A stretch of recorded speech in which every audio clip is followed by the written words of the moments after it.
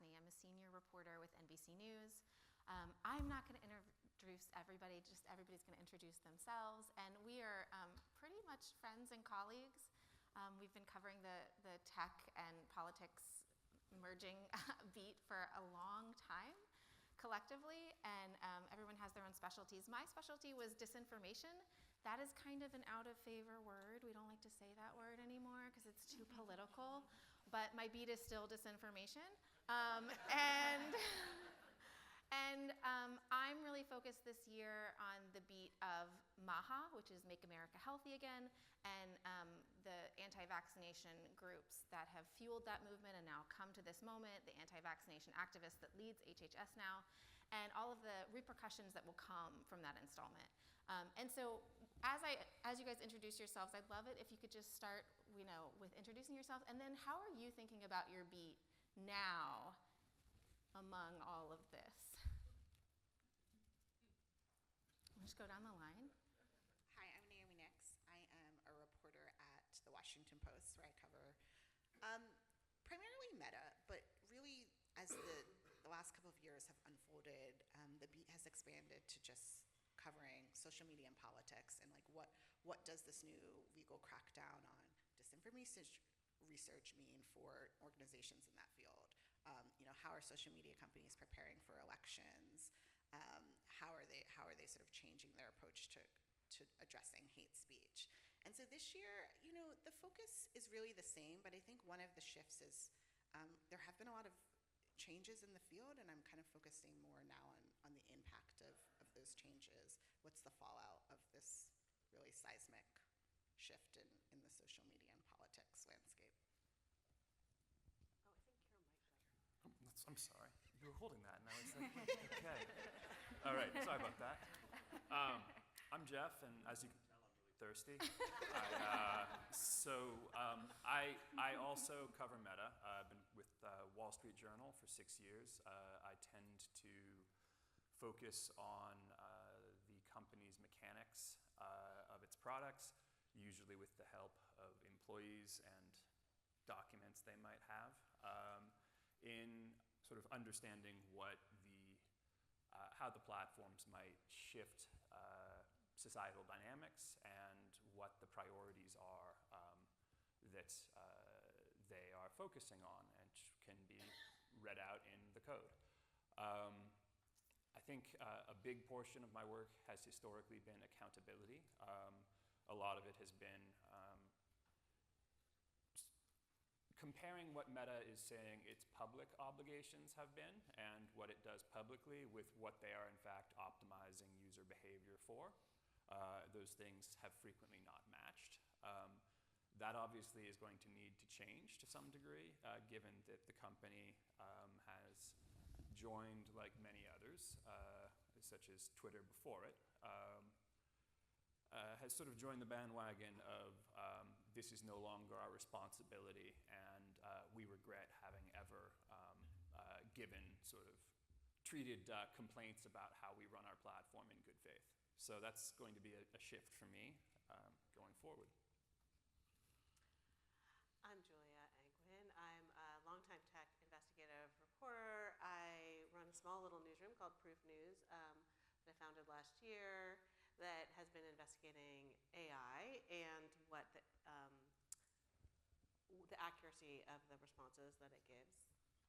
Guess what? Not so good. I'm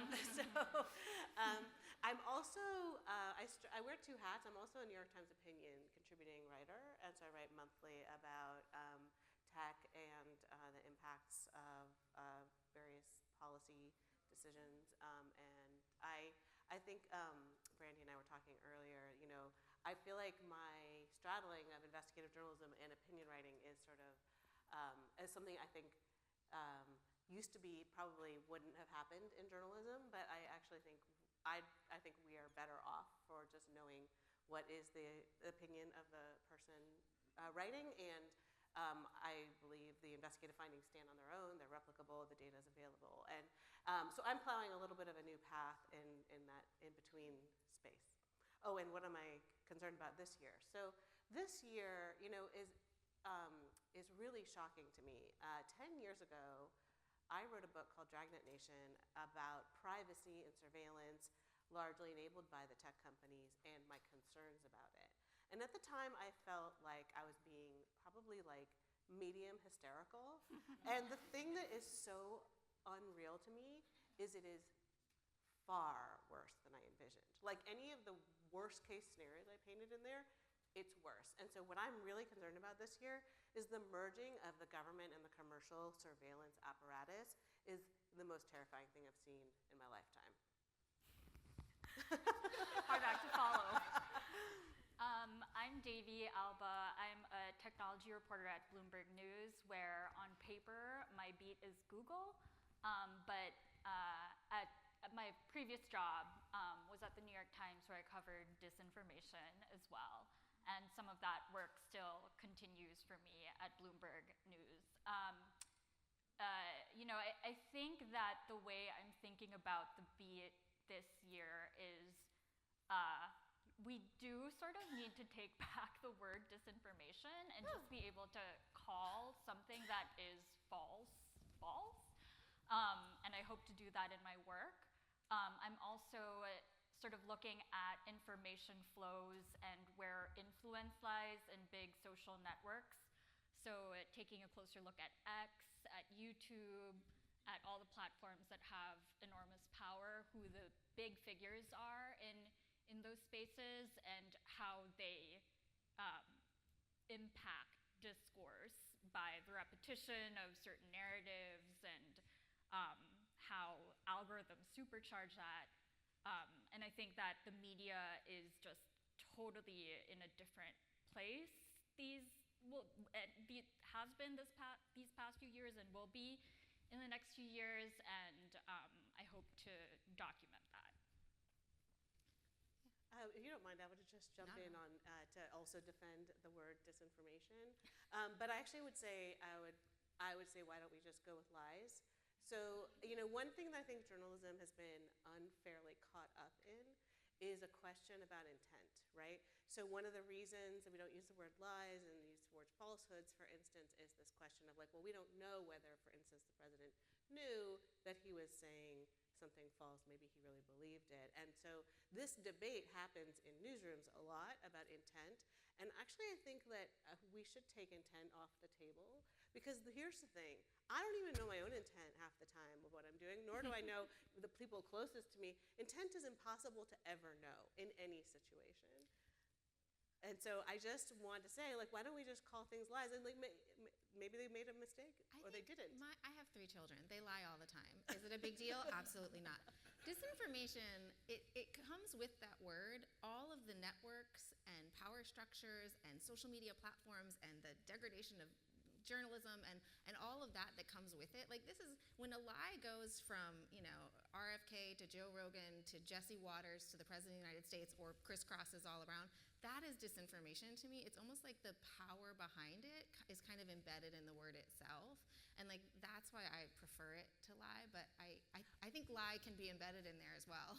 Yeah, I mean, I think I'm speaking almost more to the like annoying nuance that you've had to deal with, I'm sure, between whether it's misinformation or disinformation, which is a question of intent as the way it's been described. And I think that is sort of an unnecessary step. And so, anyways, I'm just here to advocate for a lot of this discussion, I think, and including the misinformation-disinformation split, is kind of rooted, I would say, in our industry historically, with the idea that we were in a place to shepherd our readers, and we needed to be, extremely judicious in how we presented information to them, because we were sort of the source of truth. That is obviously not the case for most people, most voters, most anything at this juncture. If you look at the research the Knight Foundation has put out, or Pew, or talk to anyone. News is not the primary source of news at this juncture, and I think it almost would be a bit. I don't see how we would possibly be in a position to set people straight, regardless of what we're calling it. I think one thing that is remarkable about this moment is that the people that Brandy has been writing about, who I would describe as on medical fronts. My historical description of some of the Facebook communities that they came out of would have been batshit as a descriptive It's a term. technical term. Technical. Yeah. And I mean, they have escaped containment on that front. I also think that just one other thing that sort of for how we deal with this, and this goes beyond journalists, and candidly it feels like it's something that the academics have been slower on than the news folks is recognizing that the whole discussion over whether or not this stuff, social media is causally significant in the world, I think we can probably say it's over at this point, which is that at this point, very clearly, those communities drove not just potentially electoral outcomes, but also the lead figures. There's folks who have gone after the Stanford Internet Observatory, or that have come up with particular health-related things that are literally just minutes from the center of power in Washington. And so this sort of, I think at this point we sort of have to respect that this ecosystem is more powerful than us by far, and that we are not in a position to correct it. I think that brings up an important point too, because there's this phrase on social media right now. It started actually with QAnon, and now it has been taken up by Elon Musk and all the rest, and it's "we are the media" now. They're not wrong. They're very, very correct in that estimation. So I'm wondering, how do we do what we're called to do? How do we inform the public, whatever you cite your mission as? How do we do that when that's true, that we, in so many ways, they are the media now? Does that change your thinking? I think there's been, whenever I hear that idea, I think to some degree it is true, right? Like, a lot of people are consuming their news through social media influencers, but at the end of the day, a lot of those social media influencers aren't doing their own reporting, right? Like, by and large, the people doing the work of interviewing people, of gathering information and presenting it to the world, largely still comes from mainstream organizations. And then we have these sort of internet personalities who seize on it, attack on it, make their money off of it. And I think we still retain that power, and we can still hold especially the sort of unscrupulous actors accountable to what they're doing, because they do sometimes have to respond, even if it doesn't quite pierce those communities. How we get into those echo chambers of like disinfo folks who are following these like problematic actors and sort of are in their own lane and world of warped truth, man, I have no idea. But I don't think that, for me, I don't think the job substantively changes of just reporting on what's wrong and what's true. And I think more importantly, showing the impact, because I don't necessarily agree that the whole world assumes that disinformation has problematic real-world harms. The reality is, like, some people just simply don't believe it. And I think one way that we can sort of elevate this idea of disinformation coverage is showing the impact, like whether it is a hospital falsely getting the police called on it because a bunch of people believe that they're offering transgender care to kids. We can sort of do the work of like, well, this is the impact. Like, they had to evacuate, an entire hospital. I think that impact is critical to sort of reclaiming and continuing to hold disinformation spreaders accountable, and to sort of pierce through that misreality. I also want to jump in and pick up on one of your points that influencers, for better or worse, do.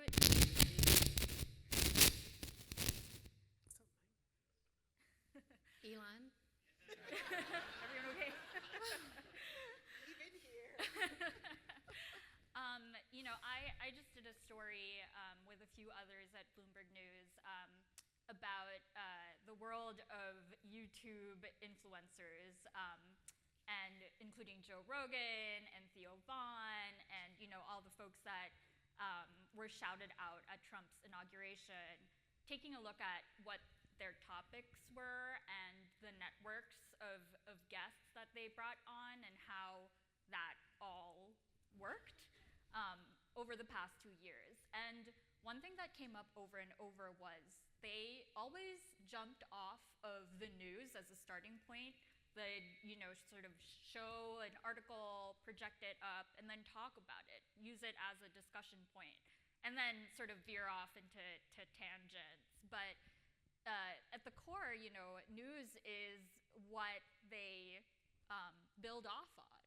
And I'm not sure that they'll be able to sort of do what they do without the news.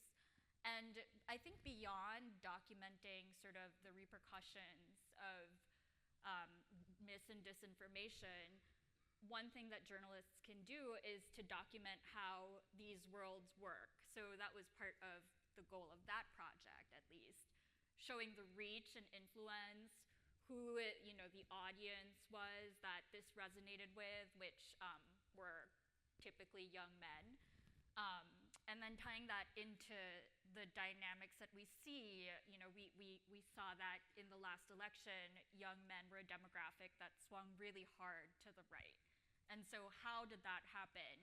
Sort of breaking that all down, I think that also has value. That was a huge project, I'll just say. Like, it had like 5 bylines on it. They watched hundreds of hours of podcasts, which are typically really hard to report on because they're so long and weird and boring and like don't really say. But like, if you haven't seen it, you must. But I'm curious about the newsroom resources that took and whether that is something that's like possible to keep doing. Yeah. I mean, it was interesting because we did that project pretty quickly. All told, I think we started right after the election. We just were like, this is a world that has been understudied, and for good reason, for the reasons you talked about. These episodes can be hours long. Like, we looked at Sean Ryan, and I think his episodes are something like 3 hours on average or something. And so we had to come up with a system for tackling it. And yeah, it was just like a real, we were all motivated. We all wanted to get this out quickly. We felt like it was urgent to put that out there, to describe something that people were curious about. But at the same time, to speak to an earlier point you made, I really struggled with it sort of in the middle of the process because I felt like, are we just trying to explain this world to people who sort of know what's going on already? Like, our article was read by, I don't know, like less than 1 million people, of course. And these podcasts, like Joe Rogan's interview with Donald Trump, which Spotify said was the most popular podcast ever on its platform, reached 50 million views and counting. And so, I think my conclusion was like, I'm interested in this. I want to understand this, and I'm sure there are other people who are curious about this. So, keep going with the reporting. But, it's a real question of audience and impact, I think. I do think that one of the models that I think probably had changed a while back, but it is certainly different now, is that I think we do need to consider ourselves as being in the entertainment business. That does seem to be. Look, I don't like this. Oh yeah, it's extremely depressing. Oh yeah, also we're really bad at it too, and handicapped in the sense that actually having to stick to journalistic standards as we should means that our stuff is going to be less compelling. I don't see that being something where we are going to that's going to change.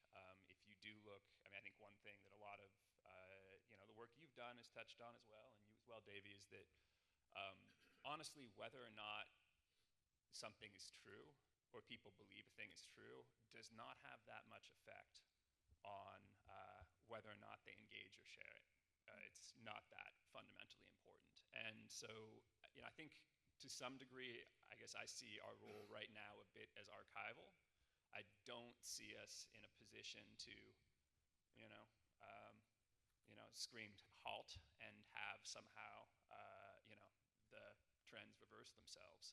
So, that sort of means that for me at least, that means a tighter focus on trying to sort of just explain the links between the online world and offline activity, including centers of power, and then also foregoing a lot of things that might have been normal traditional coverage in favor of things that do reach sort of some of the same points, but are so inherently ridiculous and weird and like awful that they actually stand a chance of playing successfully in that ecosystem.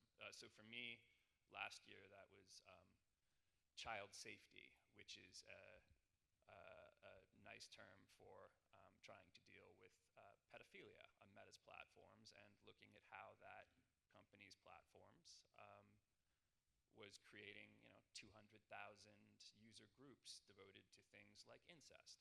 And it was absolute hell, but these are the things, the shots that feel like they're worth taking, because I don't think that we're in a position to correct at this point. We just don't have that clout.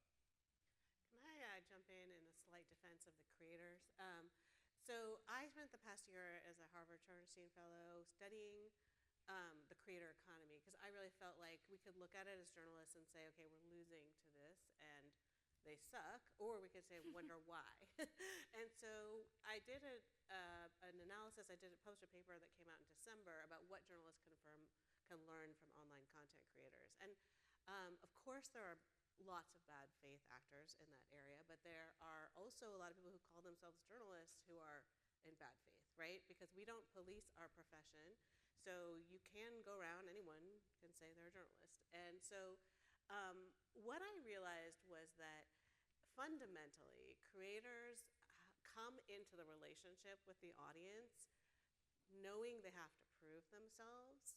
And so they do a lot of things to build trust, like showing their work, and even if the work is crappy, but they do a lot of things. They engage with their audience a lot more. They respond to criticism, which journalists often do not, for all sorts of institutional reasons. And they're more just transparent about their process. And the other thing is, I would say, Jeff, in defense of our process, the practice of journalism, which is what it is, it's a practice, not a profession, is exciting, right? The journey to discovery of something true is the reason we're all in this. It's so fun. And if you can open that kimono and let the audience in on it, that is actually fun. And that's what some creators have figured out how to do.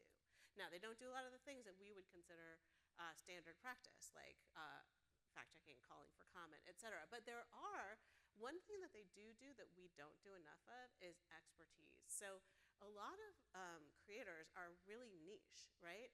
And they just are like, when an airplane crash happens, for instance, they're like airplane creators on YouTube who analyze every bit of it, and long before the Times has got their week later analysis, they've already broken down every piece of it. And so they stay in their lane, and they have deep expertise often, not these big entertainment types that you're talking about.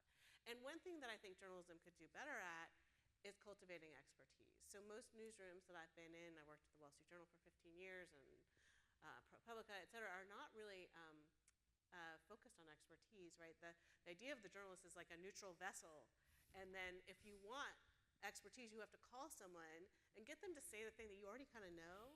And this leads to the thing that you've seen in journalism, critics say, experts say, which is the journalist that's just trying to sort of shove their own expertise in there because they've covered this damn thing for 20 years and they actually know. But we're not allowed to say it, right? And I think that some amount of transparency, opening the kimono on our own process and allowing our expertise to be visible is something that we could learn from creators. And most importantly, I would say, engaging with our audiences, right? Creators ask their audiences for tips on what stories to do. They respond. If the audience jumps in and says, everything you said is wrong, they might do a response video and clarify or even apologize. something journalists are not good at. So there's a lot of things that we can learn from the creator community. I'm not saying that we should give up any of our standards, but I think there's some stuff we could learn.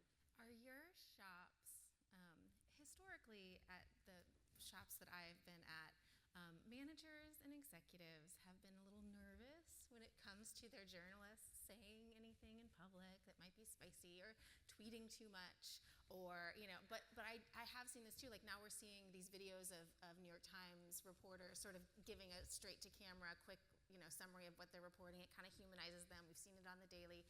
We're doing at our shop like TikToks where it's like straight to camera, and they're like, we have editors that do really cool things because TikTok is actually very hard. But like we've been doing sort of more of that journalist front-facing thing that I think has typically scared newsroom executives and managers and editors. Are y'all seeing that type of letting go a little bit, because it involves trust, right? It involves the trust of your managers to let you show your expertise and your personality to your audience. I mean, why do you think I started my own newsroom? But one thing I would say is I love this engagement that like is starting with people doing TikToks in my newsroom. Proof News, our video editor Lauren's here in the front room. We've been doing video first as part of an experiment into trying to engage with audiences. But I will say that I don't think you can just post the video. That's not the same as engaging in the creator community. So it's like a first step, but it's necessary but not sufficient, in my opinion. To answer your question from the point of view of a Wall Street Journal reporter, oh hell no, are we going to be doing that? No, I think this is a difficult moment in time and I think the Journal is very wedded to an old school sensibility of how journalism should look and I actually don't think that's a bad thing. I think that there is a place for that in the world, and I think the Wall Street Journal is a good home for it. That said, it is going to be extremely difficult trying to accurately describe the world if leading political figures and institutions and corporations are saying something flatly hostile. I, for a long time, have been grateful that it seemed like people were slow to catch on to the idea that the single best response when caught doing something red-handed is to say, no, I'm not. That is how you jam our system. And I think it is, at this point, again, breach containment and is how we should expect most critical work to be met with is, no, it ain't. And that is a very hard thing, again, within the rules of our profession to concisely knock down, particularly given our relative microphone compared to the new media's relative microphone.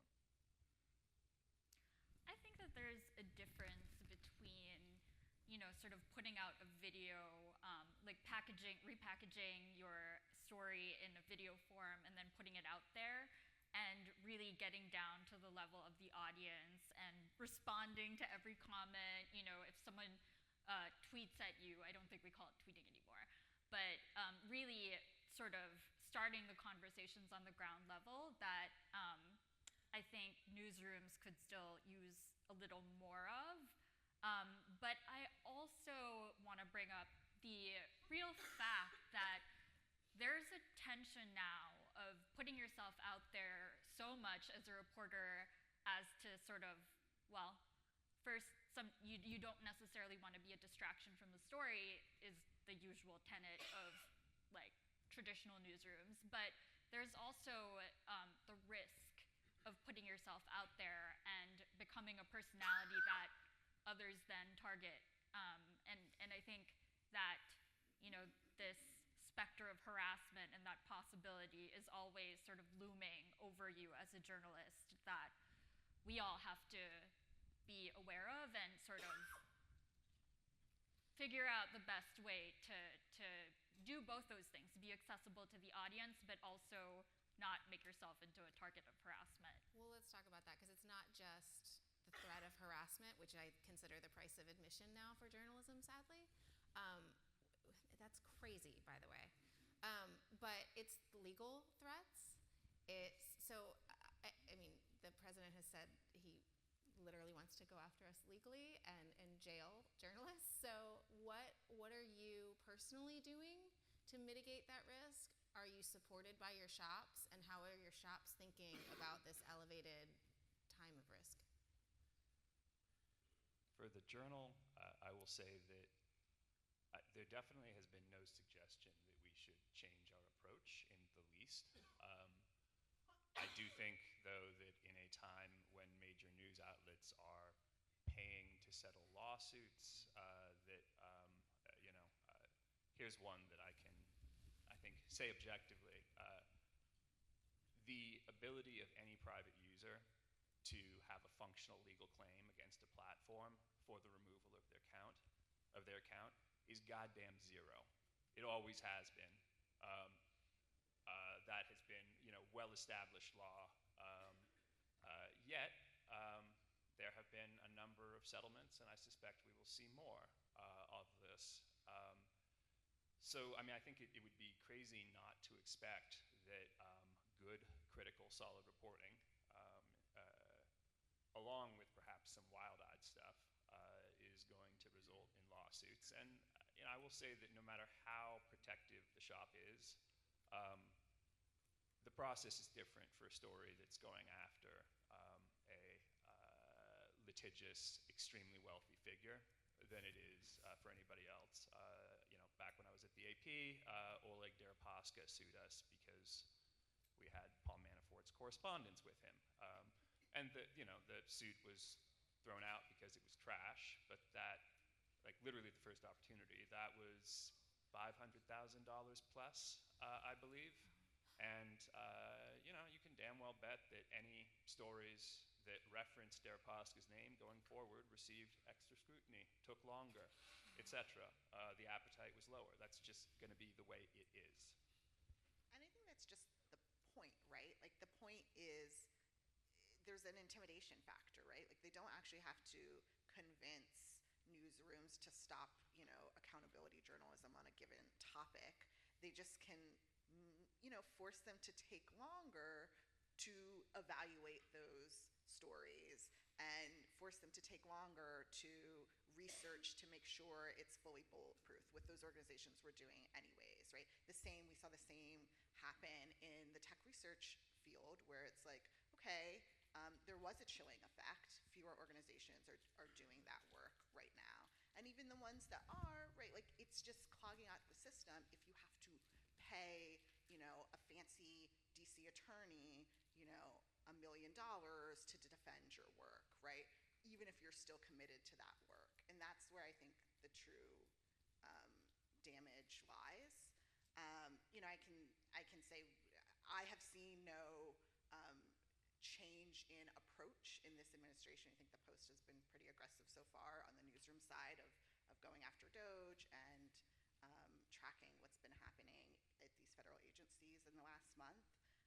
I don't think my mandate personally has changed at all, but the legal bills are the legal bills, right? And lawyers will be looking at our stories, I'm sure, with that lens in mind. And having to put those resources out there in the first place is just another burden on newsrooms that are already strapped for cash and already have thinner resources than they might have otherwise.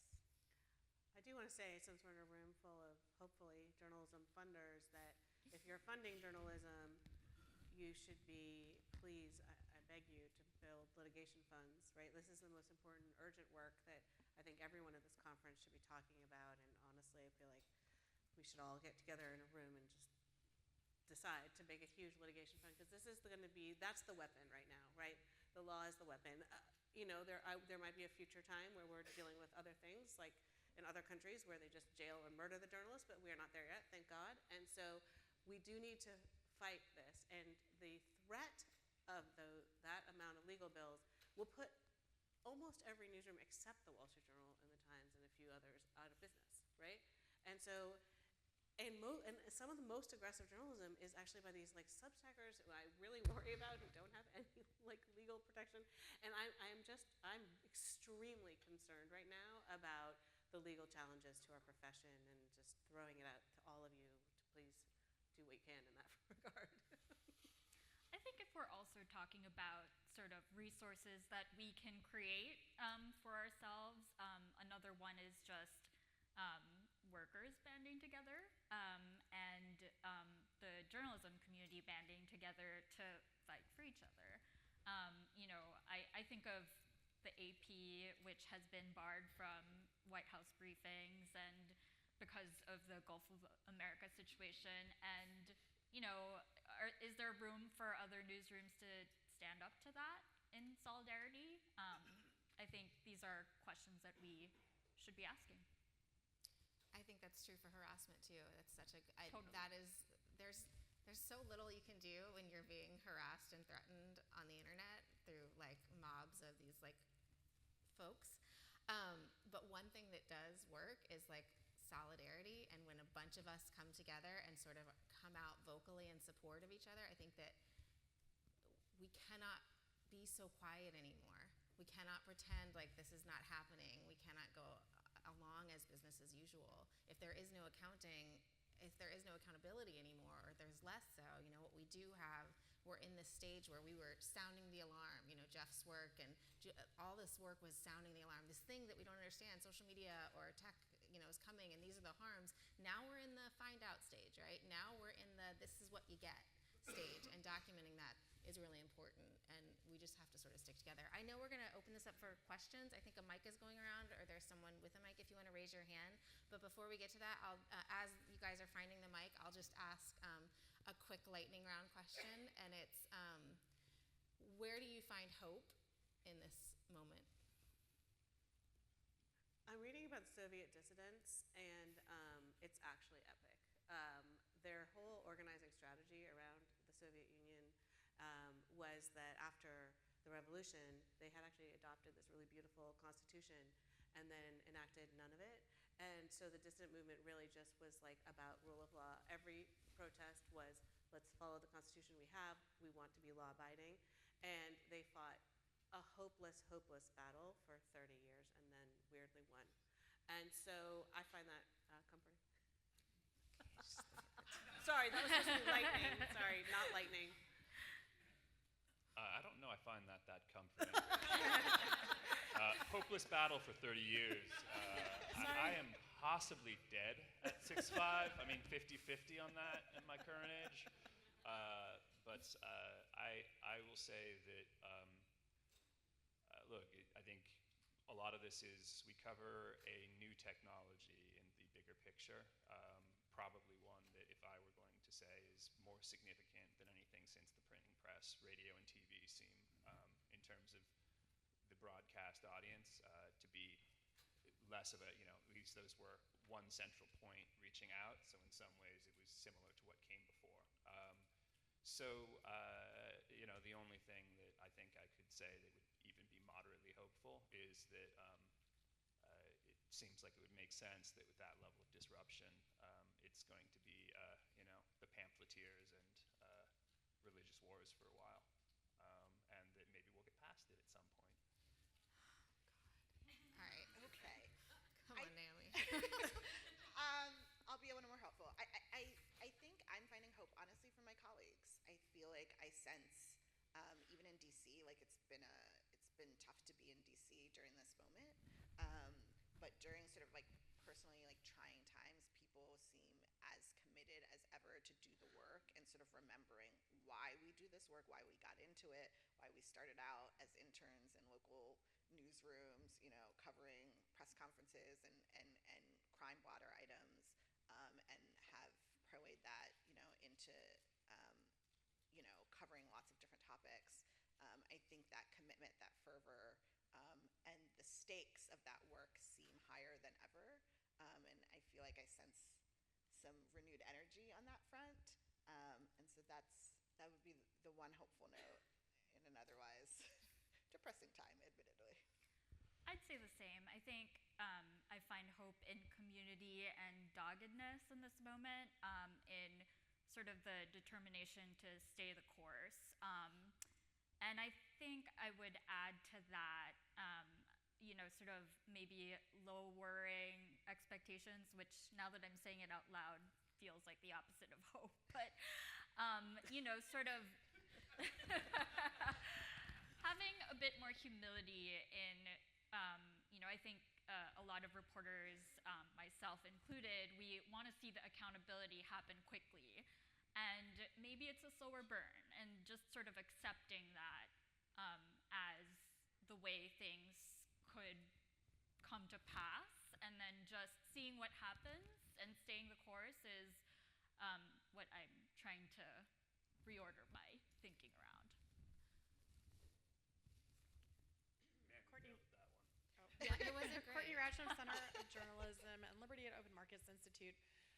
You guys do some great reporting, but there is still kind of a lot of groupthink in journalism and the coverage of tech, and particularly AI, despite one of, I think, the most important stories being the concentration of power. And we see like this idea about American innovation as somehow being concurrent with protecting American tech firms. You could see it in the coverage of the AI summit, et cetera. And that then limits the types of solutions that we think about. And so how do you guys think about your reporting to counteract the power of these very powerful corporate actors that are now, in many cases, fused with our government, and the type of people that you give voice to, making sure, like, do you think about whether that think tank or that NGO or that tech firm was funded by a tech firm? Are you platforming voices that aren't just, Sam Altman and these, the big tech, to really show the variety and give, problematize some of these dominant narratives that are very much in favor of these billionaire techno-fascists? If you don't mind, I'll jump in for this, since I'm not in a corporate newsroom. I don't have to defend them. But I would say that one structural problem, Courtney, is that the tech beat is in the business section in most papers, or or is just its own beat. It's designed primarily around accountability to shareholders. That's how business beats have generally been. Like, should you invest in this stock or not, is still the historical lens through which business coverage is. And then government coverage, like the DC press corps, has a different lens that often does involve more public interest. And people like Jeff have really led the way in bringing that public interest view into tech coverage. But it's still not infused in a structural way, in my opinion. And I think that's something that is, now that tech and the government are like merging, feels like time to address that. I think it is. Look, covering it without the money side of things would be wildly irresponsible. I think something that sort of, I'm somewhere in the skeptical, but I do think that this could be transformative, and that doesn't necessarily mean good. It could also just crash and burn. And Are you talking about AI? yeah, AI. Oh, sorry. It could be NFTs 2.0. Not entirely. It's not that bad, but like. It could be, shall we say, a bit overhyped. I think that one thing that we do have to pay a lot of attention to is that crypto, that was largely money outside the main system. It's becoming less true now. But this, I think, like every major platform, has gone all in. So there is that business story component of it.